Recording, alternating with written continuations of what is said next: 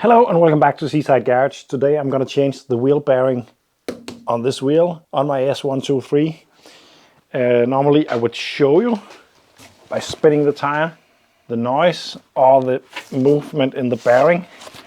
But there is none on this one.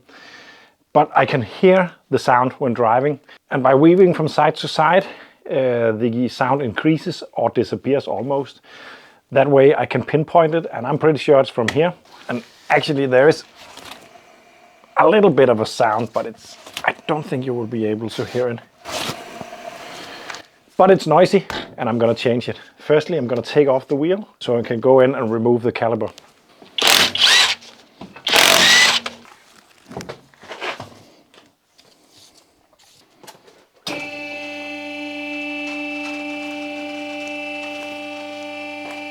The setup on these are quite old school, so the bearing is inside this hub.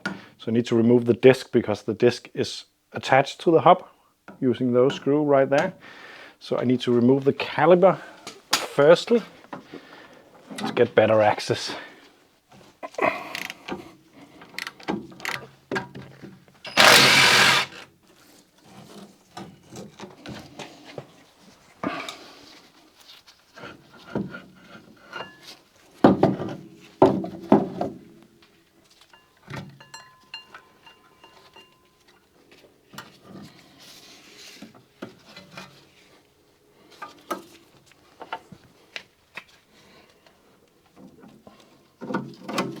There we go. And then I can take this grease cap off right there.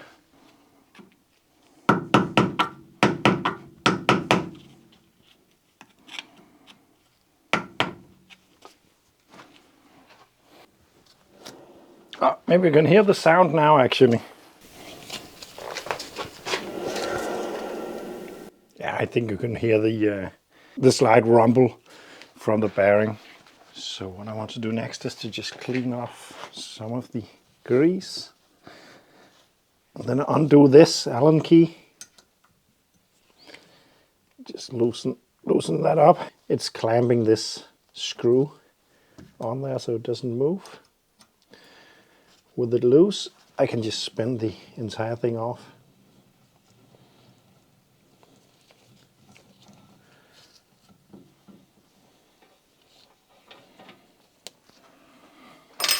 And remove the first part of the bearing and pull this off like that. I'm going to remove the disc from the inner hub. I don't actually think it's necessary. It's just to protect the disc when I go to the press and so on, in case I drop it.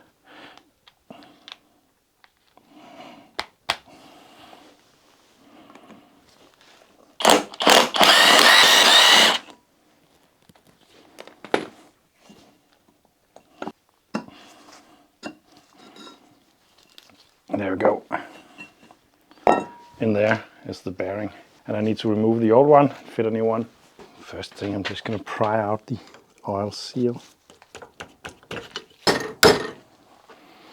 This is a pretty stock oil ring. There we go. Pretty stock. And the bearing came out also.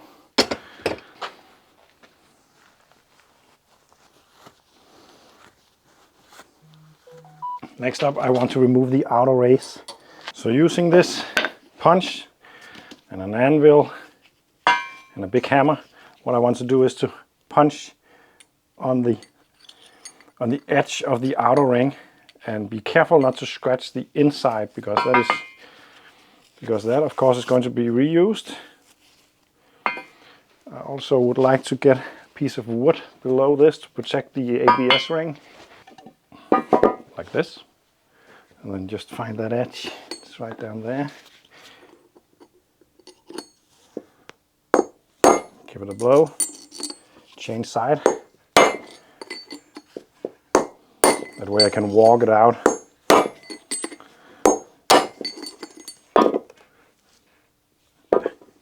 It's actually almost out now.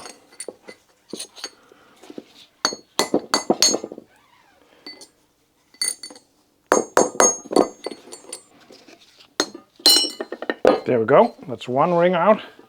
The same on the other side. And for the other side, it's pretty much flush with this, so using this, I can create room enough to punch it out underneath. Watch out, there is a double edge in here. Do not hit on the inside part, hit on the bearing part only. It's a very small edge. It's hard to hit.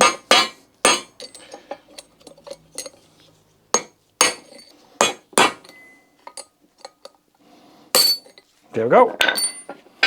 It's out, and I can clean up this part. And then fit the new outer rings. You could freeze these. That would make it a lot easier. I haven't done that today. Remember to fit them the right orientation, otherwise you won't be able to fit the bearing. So the open side up.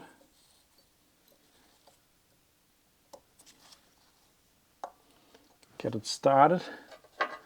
Find something to press that fits on the outer side, on the outer ring of the bearing, but doesn't foul the thing that it's going to press into.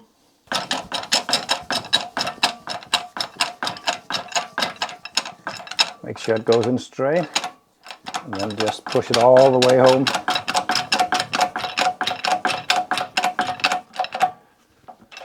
That's one side done.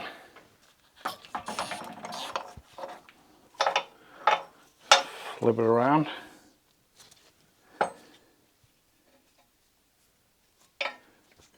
Push in the other bearing.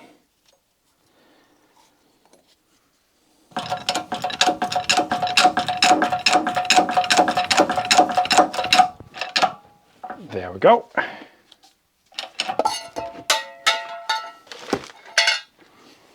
Okay, a new set of gloves, because the cleaner you do this part of the job, the longer the bearing will probably last. Because I am now supplying the lubrication for its entire life. It's completely dry currently, so I'm going to pack it with grease, bearing grease. You could get packers for this, tools to actually force it in there. It's very nice and a bit more clean than this, but I don't have one. And also you have to make sure that it's always clean in there. So a fresh set of gloves, and the pressure in your palm can pressurize the grease and force it in to the actual bearing. Just make some pressure in there and force it in. Drop it in like this. On this side there is the sealing ring, which also prevents the bearing from falling out. I'm going to install that also.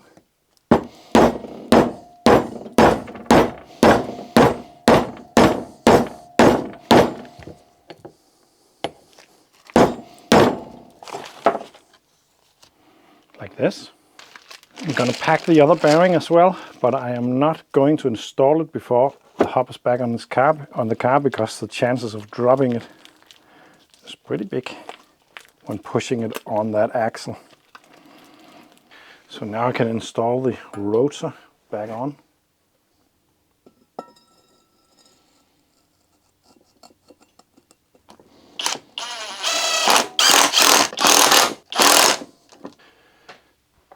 So I'm going to clean off the old grease, because there can be debris in that.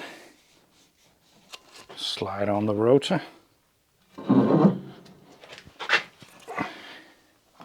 then I'm going to push in the outer bearing, well greased. It's pretty tight, especially compared to the old one I took out. It was a bit more sloppy in there. And then I'm going to take this.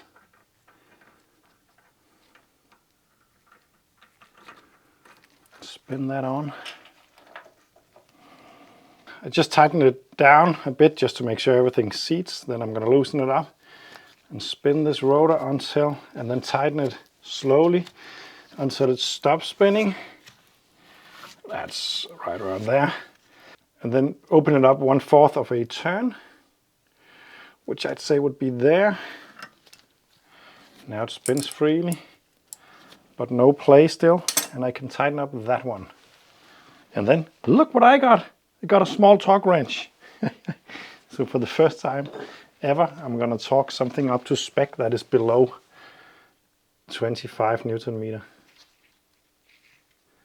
This is 18.9 Newton meter.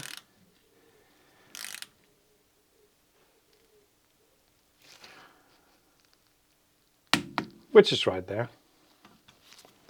It's done. And it spins nice and freely. I'm gonna remove the old grease from the grease cap and fill in some new stuff like this, and then just gently tap, and then I'm gonna tap that on like that.